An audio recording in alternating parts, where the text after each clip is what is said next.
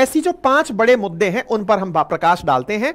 सरकार ने अपनी प्रतिबद्धता दर्शाते हुए शिक्षा, रोजगार, कौशल के लिए 1.48 लाख करोड़ रुपए का आवंटन किया है, जिससे शैक्षणिक बुनियादी ढांचे के अंदर सुधार ला सके, नौकरी के अवसर पैदा कर सके। 5 बड़ी स्कीम सरकार के पीएम पैकेज के अंदर डाली गई हैं, जिसका उद्देश्य है कि युवाओं को स्किल्ड बनाना है, जिसके लिए 2 लाख करोड़ रुपए का फंड आवंटित किया जा रहा है। और इसमें से इस वर्ष 1.48 लाख करोड़ रुपए शिक्षा, रोजगार और स्किलिंग के लिए खर्च किया जाएगा।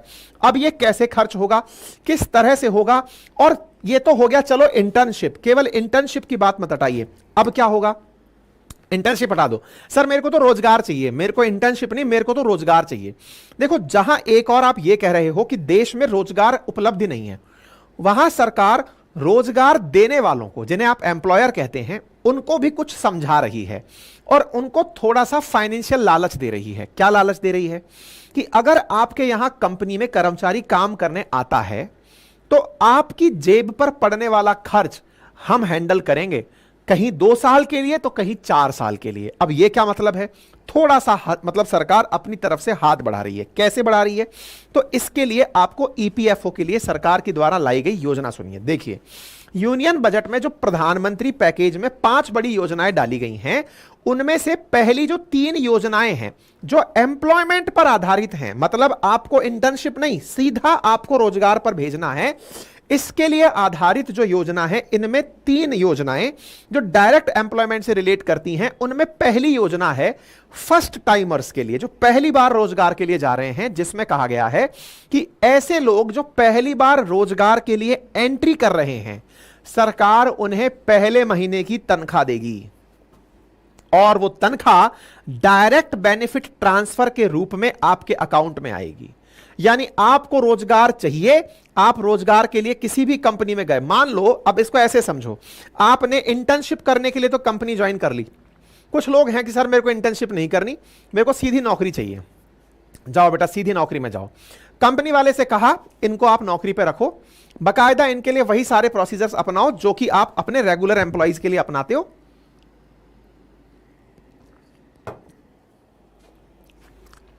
और अगर आपको पैसे की दिक्कत है, पहले महीने की तनख्वाह हम दे रहे हैं, कितनी देंगे ये मैं आपको बताऊंगा, लेकिन सोचकर देखिए इससे उस कंपनी को कितनी राहत मिलेगी कि उसे वो कर्मचारी एक प्रकार से पहले महीने के लिए मुफ्त के समान मिल गया, क्योंकि सरकार कह रही है कि पहले महीने की तनख्वाह हम देंगे।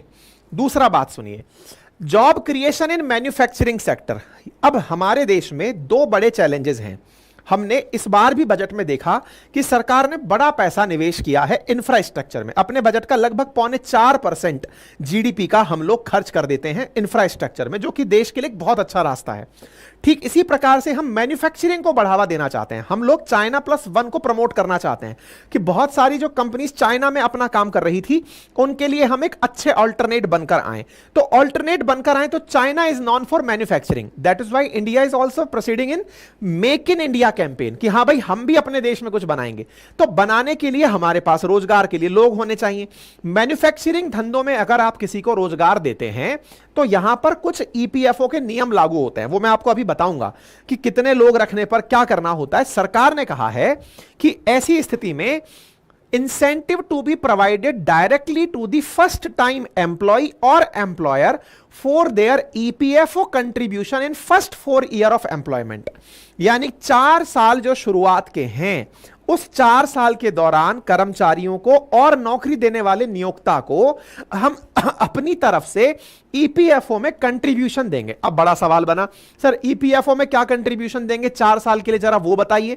अभी डिटेल में बताएंगे। ईपीएफओ क्या होता है यह जानना जरूरी है, तब इस महत्व को समझेंगे, आपको समझ में आएगा कितना फायदा देने वाला है। तीसरी बात जो की गई है, मालिकों से कहा गया है, जो एम्प्लॉयर्स है ना, उनसे क्या कहा गया है कि आप लोगों को सरकार 3,000 रुपए महीने 2 साल के लिए देगी ईपीएफओ के अंदर कंट्रीब्यूशन करने के लिए, यदि आप एक भी नया कर्मचारी जोड़ते हैं। मतलब आप सोचो यार, मतलब ये अपने आप में कितनी इंप्रेसिव बात है। सरकार कह रही है अगर आप फर्स्ट टाइम नौकरी करने जा रहे हो, पहले महीने की तनख्वाह सरकार देगी। मान लो 15,000 रुपए मिलने वाले, 3 किश्त में 5-5 हजार करके आपको तनख्वाह दे देगी। नंबर 1। नियोक्ता से कहा जा रहा है कि अगर आपने अपने यहां पर किसी को अलग एक अन्य कर्मचारी बनाकर मैन्युफैक्चरिंग सेक्टर में जोड़ा है, तो ऐसी स्थिति में हम आपको उस पर्टिकुलर व्यक्ति के लिए 3,000 रुपए महीना देंगे अगले 2 साल के लिए, जिसे आप नौकरी पर रख रहे हैं, और 3,000 रुपए महीना देंगे, आपके ईपीएफओ में उसका मदद करवाएंगे। ईपीएफओ क्या होता है अब बस उसी पर आएंगे, लेकिन आप केवल रकम पर फिलहाल के लिए फोकस कर लीजिए। दूसरा, दोनों से कहा गया है कि मैन्युफैक्चरिंग सेक्टर में अगर आप कर्मचारी और मालिक मिलकर काम करते हैं तो 4 साल के लिए हम अपनी तरफ से कंट्रीब्यूशन आने वाले समय में भी देते रहेंगे। मतलब एक प्रकार से नौकरी करने जा रहे हो तो आपके लिए योजना, नौकरी दे रहे हो तो आपके लिए योजना, और दोनों को मिलकर साथ रखने के लिए भी योजना। ये सब चीजें पैसे से होती हैं, सरकार पैसा खर्च कर रही है। इसके साथ साथ 4th स्कीम दी गई है स्किल के लिए, और उसमें कहा गया है कि अब कोलैबोरेशन के साथ, यानी कि जितनी भी उद्योग धंधे हैं उनके साथ 1,000 आईटीआईज को अपग्रेड किया जाएगा। अभी तक क्या होता है, देखो विदेशों में क्या होता है ना, जैसे मैंने आपको आईआईटी का केस बताया कि आईआईटी का पढ़ा हुआ बच्चा कॉलेज के दौरान ही इंटर्नशिप करने चला जाता है।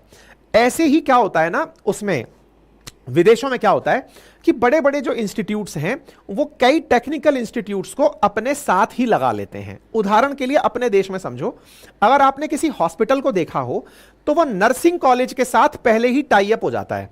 यानी कोई हॉस्पिटल है, नर्सिंग कॉलेज के साथ उसको जोड़ दिया गया, वहां से ट्रेनिंग करने के लिए इतने बेड का अस्पताल। अब तो यह हो गया है कि नर्सिंग कॉलेज की मान्यता भी उन्हीं को मिल रही है जिनके पास अपने अस्पताल हैं, कि साहब इतने बेड का अस्पताल होना चाहिए तभी ट्रेनिंग मिलेगी।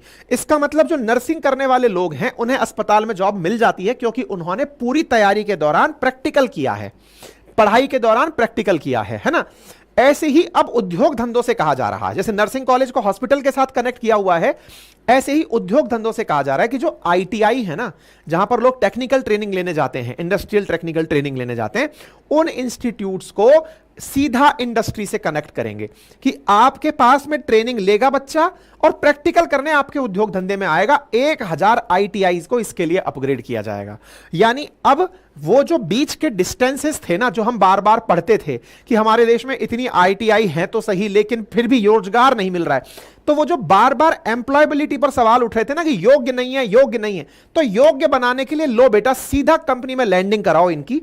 एक बार में यदि ये यहां रह लिए तो इनको तो ट्रीट ऐसे ही किया जाएगा ना कि कंपनी में काम किया है इन लोगों ने। तो ये बहुत बड़ा पार्ट है। और इसके साथ साथ सरकार के द्वारा 500 कंपनीज के अंदर 1 करोड़ रुपए तक का, मतलब 1 करोड़ युवाओं को अगले 5 साल के लिए इंटर्नशिप करने भेजा जाएगा, जिसमें 5,000 रुपए प्रति व्यक्ति दिए जाएंगे।